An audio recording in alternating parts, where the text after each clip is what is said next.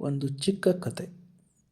ಒಂದು ದಿನ ನಾನು ಮತ್ತು ನನ್ನ ಸಹೋದ್ಯೋಗಿ ಮಂತ್ರಾಲಯಕ್ಕೆ ಹೋಗಬೇಕು ಅಂತ ತೀರ್ಮಾನ ಮಾಡಿ ಯಶವಂತಪುರ ರೈಲ್ವೆ ನಿಲ್ದಾಣಕ್ಕೆ ಹೋದ್ವಿ.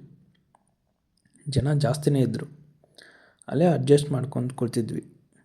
ಟ್ರೈನು ಅನಂತಪುರದ ಹತ್ತಿರ ಹೋದ್ಮೇಲೆ ನಮ್ಮ ಬೋಗಿಗೆ ಒಬ್ಬ ಭಿಕ್ಷುಕ ಬಂದ. ಪಾಪ 2 ಕಾಲು ನೆಲಕ್ಕೆ ಎಳ್ಕೊಂಡು ಬರ್ತಿದ್ದ. ಅವ್ನು ನೋಡಿದ್ರೇ ದುಡ್ಡು ಕೊಡಬೇಕು ಹಾಗೆ ಕಾಣ್ತಿದ್ದ.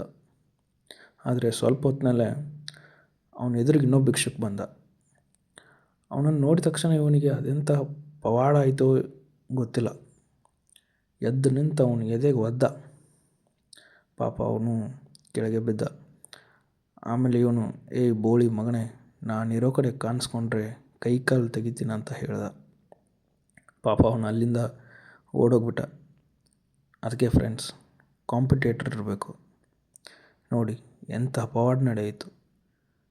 ಕಾಲಿಲ್ದವನಿಗೆ ಕಾಲು ಬಂತು.